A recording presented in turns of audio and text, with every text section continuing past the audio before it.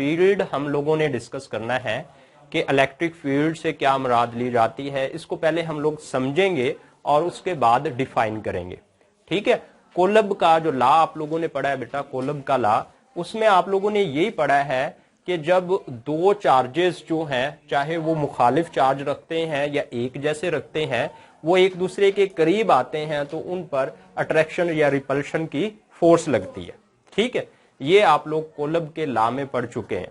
अब देखिए हम लोग बेटा अपने इसको इस तरह से समझने वाले हैं इलेक्ट्रिक फील्ड को कि मान लें हमारे पास एक चार्ज है क्यू नॉट, ये चार्ज है क्यू नॉट, और इसको हम लोग टेस्ट करना चाह रहे हैं कि इसके ऊपर कोई फोर्स लगती है या नहीं लगती।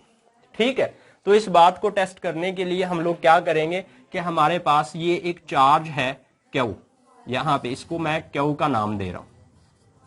ठीक है, और जब हम लोग इस क्यू नॉट को पकड़ के इस क्यू के करीब लाते हैं तो बेटा ये इसके हल्काए असर में दाखिल हो जाता है। ठीक होगी बात।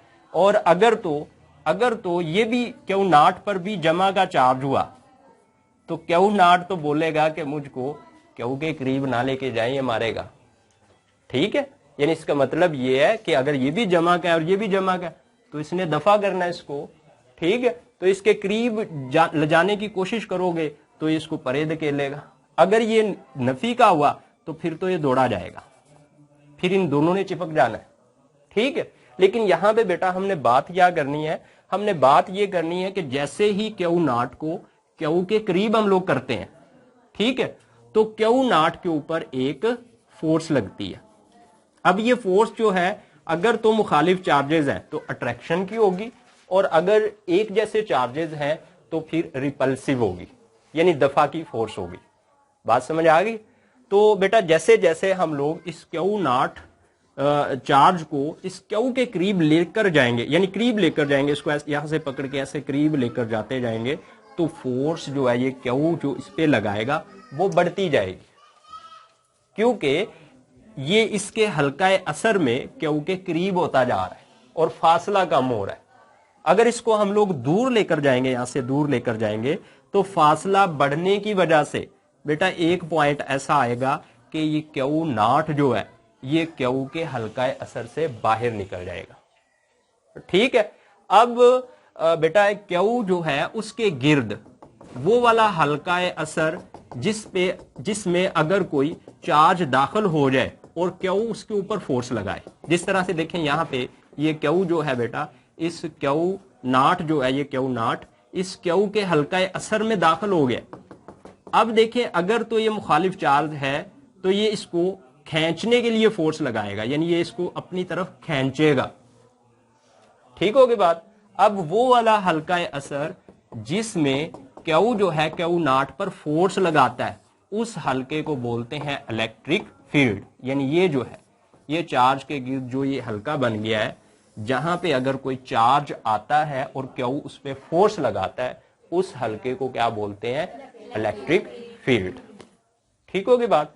अब इलेक्ट्रिक फील्ड को हम लोग इस तरह से डिफाइन करेंगे कि इलेक्ट्रिक फील्ड से मुराद किसी चार्ज के गिर्द वो जगह, यानी ये चार्ज है हमारे पास और इसके इर्द गिर्द वो जगह होगी इलेक्ट्रिक फील्ड जिस जगह में अगर कोई चार्ज आ जाए, ठीक है, तो फिर क्या करे, वो चार्ज उस पे इलेक्ट्रोस्टैटिक फोर्स लगाए, इलेक्ट्रोस्टैटिक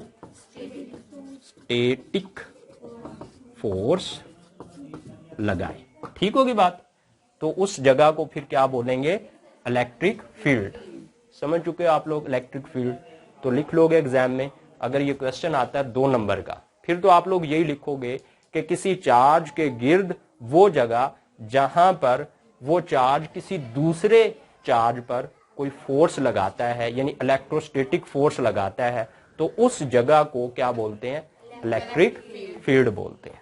ठीक है, और ये बात भी आप लोगों ने याद रखनी है कि जो ये फोर्स होती है बेटा, ये फोर्स लगने वाली फोर्स जो ये क्यू लगाएगा क्यू नॉट पर, ये डिपेंड करती है किस चीज पर, डिपेंड करती है चार्जेस के दरमियान फासला पर। जैसे जैसे फासला बढ़ेगा ये फोर्स कम होती जाएगी। जैसे जैसे फासला कम होगा ये फोर्स बढ़ती जाएगी। ठीक होगी बात। अब देखो बेटा, इलेक्ट्रिक फील्ड इंटेंसिटी को हम लोग डिफाइन करते हैं कि खला के किसी मुकाम पर जो इलेक्ट्रिक फील्ड की शिद्दत होती है उसको बोला जाता है इलेक्ट्रिक फील्ड इंटेंसिटी। अब देखें हम लोग इलेक्ट्रिक फील्ड इंटेंसिटी को किस तरह से मालूम कर सकते हैं। यानी मान लें कि हमारे पास ये एक चार्ज है प्लस क्यू, ये चार्ज है बेटा, यानी जमा का चार्ज है, और ये क्या है प्लस क्यू। ठीक है, अब इसके गिर्द जो है ना, मैं इसके चारों तरफ ये जो है मैं बना देता हूं इलेक्ट्रिक फील्ड। यानी ये वो इलाका है जिसमें अगर कोई चार्ज आएगा तो ये चार्ज जो है जिसको प्लस क्यू बोलते हैं उस पर क्या करेगा, फोर्स लगाएगा। ठीक होगी बात। अब मान लें कि इसके हल्का असर में एक चार्ज आ जाता है क्यू नॉट, तो ये क्या करता है बेटा, ये इस क्यू नॉट चार्ज पर क्या करेगा, एक फोर्स लगाएगा। ठीक है, अब हम लोग इस यहां पर इलेक्ट्रिक फील्ड की जो शिद्दत है यानी इलेक्ट्रिक फील्ड इंटेंसिटी जो है उसको हम लोग फाइंड कर सकते हैं, हम मालूम कर सकते हैं अगर हमको इस चार्ज की मकदार का पता चल जाए कि यह चार्ज कितना है। ठीक होगी बात। और दूसरा हमको पता चल जाए कि ये चार्ज इस चार्ज के ऊपर कितनी फोर्स लगाएगा, यानी ये F जो है ये हमको कहीं से पता चल जाए। ठीक होगी बात। और इस चार्ज की मकदार का पता चल जाए तो हम लोग इलेक्ट्रिक फील्ड इंटेंसिटी जो है वो फाइंड कर सकते हैं, और इलेक्ट्रिक फील्ड इंटेंसिटी को E से जाहिर किया जाता है। और E इज इक्वल टू होगा बेटा यहां पे, E is equal to F upon q naught. ठीक है, F अपॉन क्यू नॉट। ठीक होगी बात। अब ये जो इलेक्ट्रिक फील्ड इंटेंसिटी होता है बेटा, ये इलेक्ट्रिक फील्ड इंटेंसिटी जो होता है ये यूनिट पॉजिटिव चार्ज पर अमल करने वाली फोर्स के बराबर होता है। यूनिट पॉजिटिव चार्ज पर अमल करने वाली फोर्स के बराबर होता है। अब यूनिट पॉजिटिव चार्ज का क्या मतलब लिया जाता है, यानी मान लो कि यहां पे ये जो क्यू नॉट था ये हमारे पास है 10 कॉलम। ठीक है, तो हम लोग इसके जो है दो दो कॉलम के 5 यूनिट बना सकते हैं। दो दो कॉलम के 10 है तो दो दो कॉलम के कितने यूनिट बन जाएंगे, 5। और फिर यानी एक एक कॉलम का अगर बनाएंगे तो 10 यूनिट बनेंगे, अगर दो दो कॉलम के बना रहे हैं 5 बनेंगे, अगर 5-5 कॉलम के बना रहे हैं तो 2 बनेंगे। ठीक है, तो इस हर यूनिट पॉजिटिव चार्ज पर जो अमल करने वाली फोर्स होगी उसको बेटा बोलेंगे क्या, किसके बराबर होगी, इलेक्ट्रिक फील्ड इंटेंसिटी के बराबर होगी। ठीक होगी बात। उसके बाद बेटा अगर हम लोगों को इलेक्ट्रिक फील्ड इंटेंसिटी का पता चल जाए, यानी हमको पता चल जाए कि इलेक्ट्रिक फील्ड इंटेंसिटी कितनी है और चार्ज की मकदार का पता चल जाए, यानी ये दो चीजें हमको पता चल जाएं, गिवन हो जाएं हमको, तो हम लोग चार्ज पर लगने वाली फोर्स को भी फाइंड कर सकते हैं। लेकिन यहां पे हम लोग पहले जो है बेटा इलेक्ट्रिक फील्ड इंटेंसिटी का यूनिट फाइंड करेंगे। इलेक्ट्रिक फील्ड इंटेंसिटी का यूनिट कैसे फाइंड करेंगे, तो देखो जो फोर्स है आप लोग जानते हो इस बात को कि फोर्स को किस में मापा जाता है, न्यूटन में। वेरी गुड, न्यूटन में। और जो चार्ज की मकदार होती है बेटा उसको किस में मापा जाता है, कॉलम में। तो इसका यूनिट होगा न्यूटन फी कॉलम। याद रखनी है बात, इलेक्ट्रिक फील्ड इंटेंसिटी का यूनिट क्या होगा, न्यूटन फी कॉलम।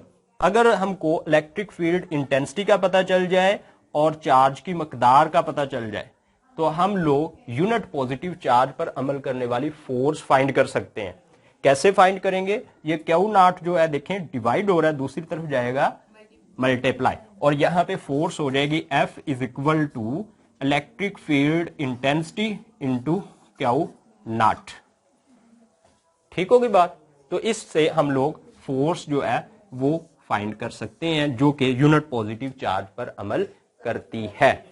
ठीक है, अब इलेक्ट्रिक फील्ड इंटेंसिटी जो है वो बेटा एक वेक्टर मकदार है, और ये इलेक्ट्रिक फील्ड इंटेंसिटी उसी सिमत में अमल करती है जिस सिमत में जो है वो फोर्स अमल करेगी किसी चार्ज को कशिश करते हुए या उसको दफा करते हुए। ठीक है, जो इलेक्ट्रिक फील्ड है ना, इलेक्ट्रिक फील्ड ये देखिए आप लोगों ने पढ़ा है कि इलेक्ट्रिक फील्ड किसी चार्ज के गिर्द वो हल्का असर होता है जिसमें अगर कोई चार्ज आ जाए तो वो पहले वाला जो चार्ज है उस पर क्या करता है, फोर्स लगाता है। ठीक होगी बात। उसके बाद आप लोग इलेक्ट्रिक फील्ड इंटेंसिटी भी पढ़ चुके हो। इलेक्ट्रिक फील्ड इंटेंसिटी जो है वो इलेक्ट्रिक फील्ड में ही होती है, ठीक है, और ये जो है इलेक्ट्रिक फील्ड की शिद्दत होती है। ठीक हो गया बात। अब वो बात क्या कर रहा है कि इलेक्ट्रिक फील्ड में जो इलेक्ट्रिक फील्ड इंटेंसिटी होती है उसको लाइनों से जाहिर किया जाता है और उन लाइनों को बोलते हैं इलेक्ट्रिक फील्ड लाइंस।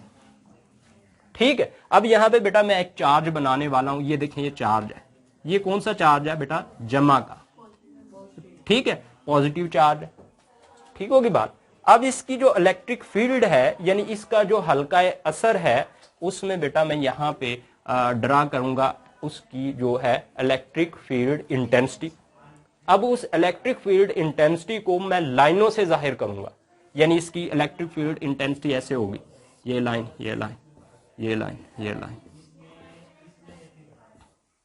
ये ऐसे, ये इलेक्ट्रिक फील्ड इंटेंसिटी है और इसको मैंने इन लाइनों से जाहिर कर दिया है।